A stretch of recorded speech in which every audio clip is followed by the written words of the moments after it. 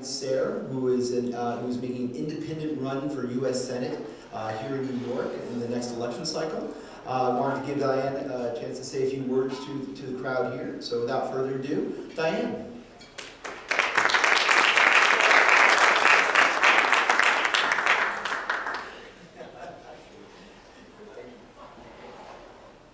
Good morning. Thanks very much for giving me this opportunity. So as you said, I'm Diane Sare.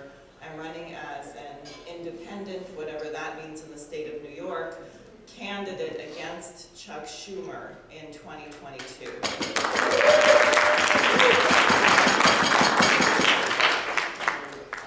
For people who know or may not know, I am a 32-year political organizer who worked with the late economist and statesman and former political prisoner Lyndon LaRouche, who passed away in 2019.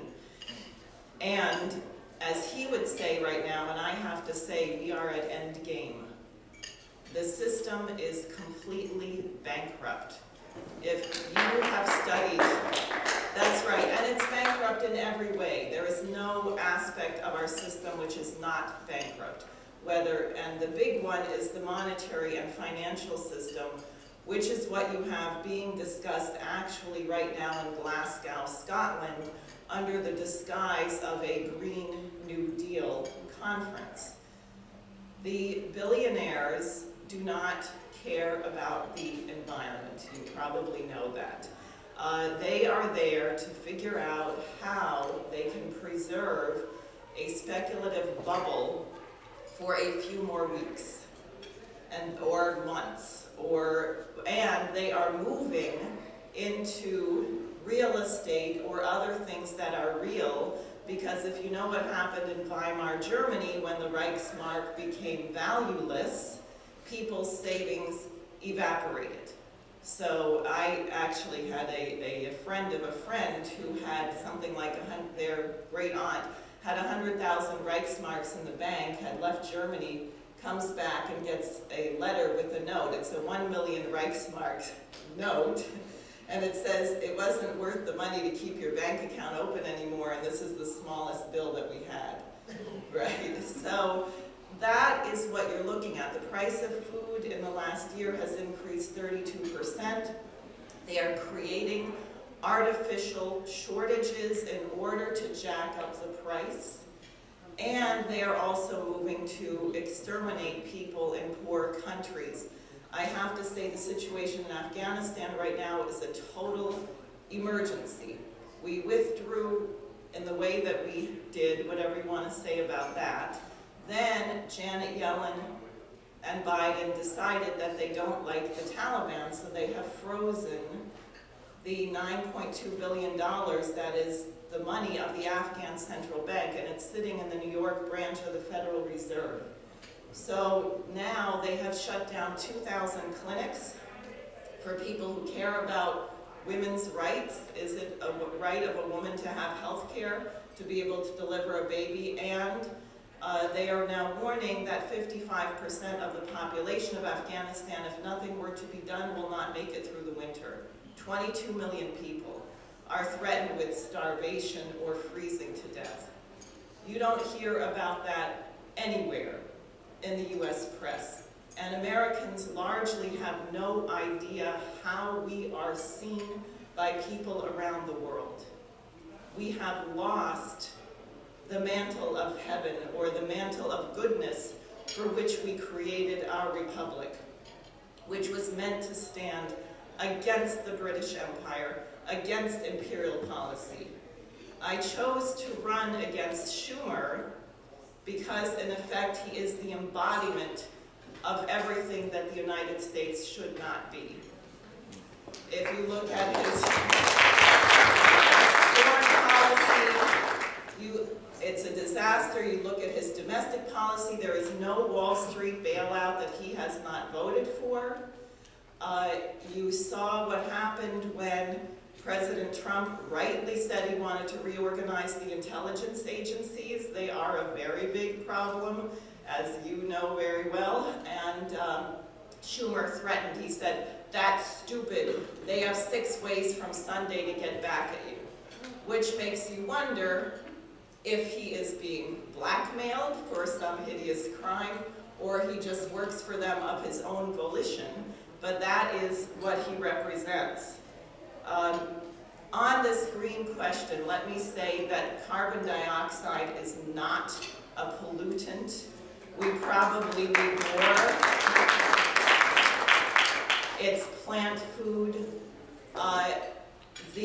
We are also not suffering from a crisis of overpopulation. We are suffering from being looted by these financial vultures. If you think about the United States, we have not built a new city in this country in decades. Maybe not since the Hoover Dam or Las Vegas, I'm not sure, but we have not even built. There were plans when we were more optimistic to build science cities. There were plans to fund fusion research, to develop fusion energy.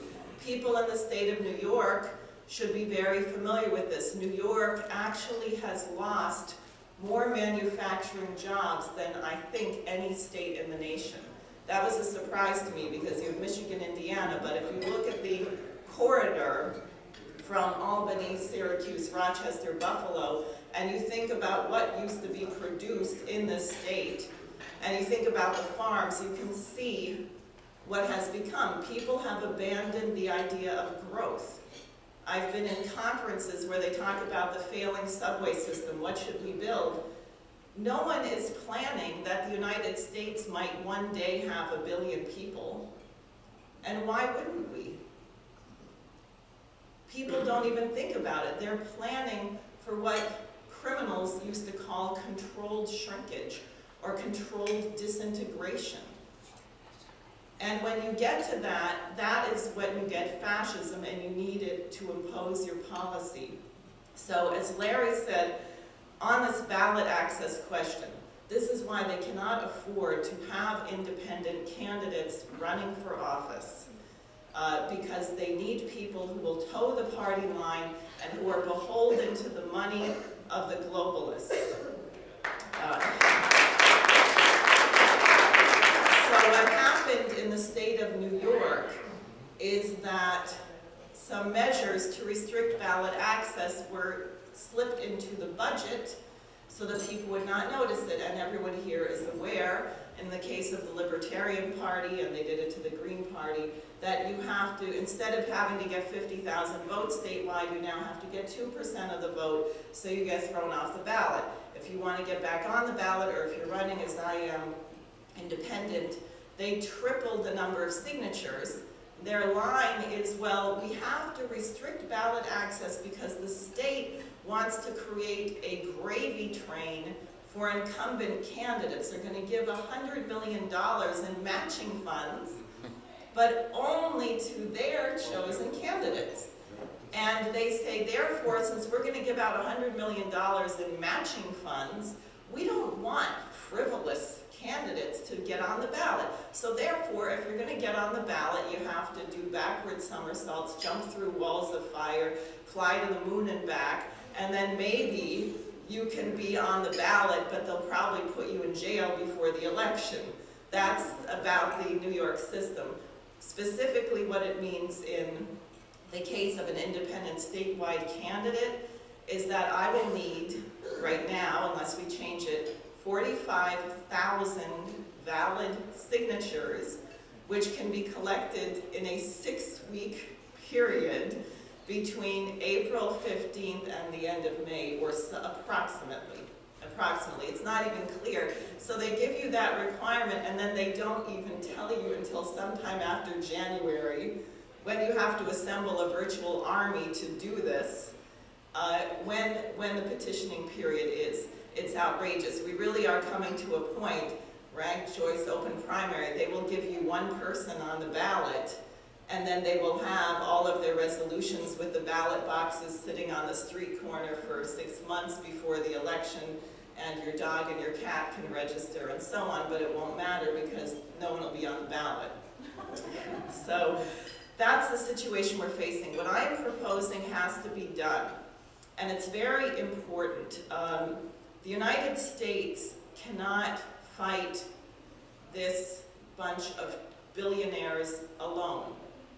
The nations that we would need to collaborate with are Russia, China, India, the biggest economies. What you may or may not be aware of, if you heard Biden in his fit, not only did he not get his so-called non-infrastructure bill passed before he went to Glasgow, but he was denouncing Russia and China. Why? Because they are refusing to go along with this green garbage. Those leaders, whatever you want to say about their nations, they actually care about their population. They don't want rolling blackouts. China started having blackouts because we paid everyone here not to work. So everyone got these stimulus checks, so what did? They sat home, and besides playing the market, they ordered stuff on Amazon. So then what? So China gears up production like crazy because we're not producing to ship it over here, and you get giant log jams at the ports because our rails and our roads aren't fit to deliver the stuff at the rate that it needs to be delivered. So then they have some blackouts. So they said, well, we're going to build 41 new clean coal-fired power plants. That's what they're doing.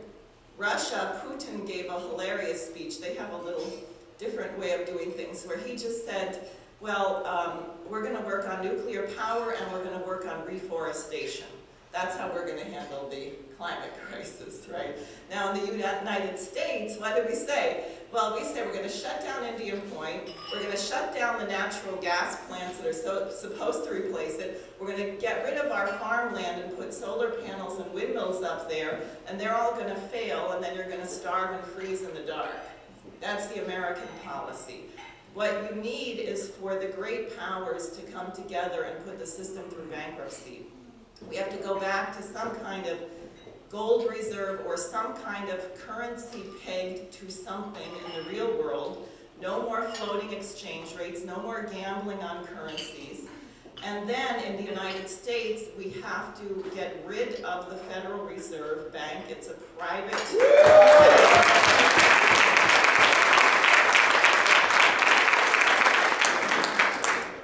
And we actually need a national bank, as it says in our Constitution. Our elected officials are supposed to have the authority to utter credit.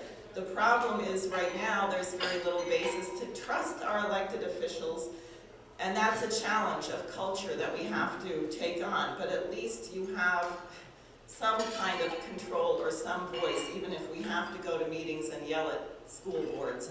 You have to do these things right now. We need trillions of dollars invested in infrastructure.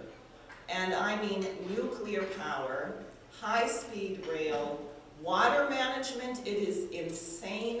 I've been working closely with the residents of Queens, where 11 people in one neighborhood in Woodside drowned in their basements.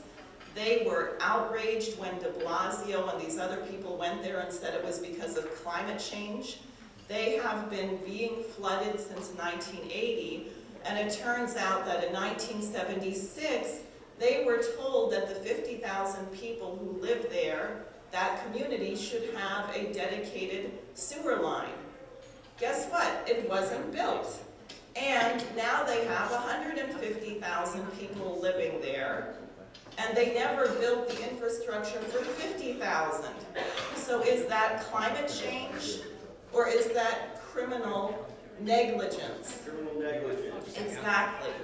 So, and people are angry, and if you go there and you tell the truth, then people start demanding what they actually should have. And the last thing I'll say, because I don't want to go on too long, but my biggest concern, well, thanks, is that the American people, you've probably heard the expression, selling your birthright for a bowl of pottage. We have to demand what we actually deserve as human beings. It is not enough to take a small check and avoid being evicted. That does not create the conditions for future growth.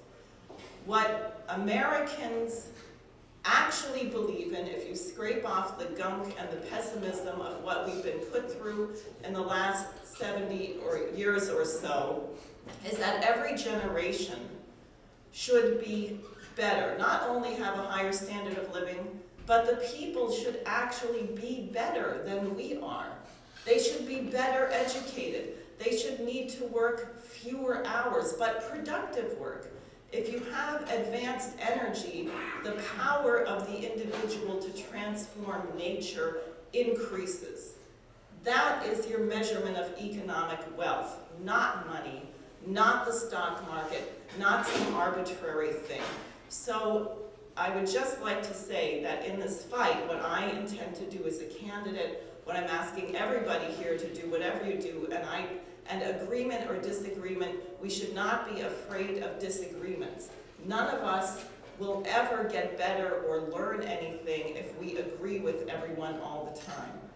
And that is one of the worst things that's been done in this nation, is to create, largely through the social media where you're profiled and then they only feed you whatever they think your profile is. So the divisions have become extreme, but they are not real. And on a platform of doing the things that the nation needs done, both domestically and internationally, I think we can pull the nation together. That's why I'm running as an independent, because I think that anyone who actually wants a future can support the ideas that go back to the principles of the American Revolution. Thank you.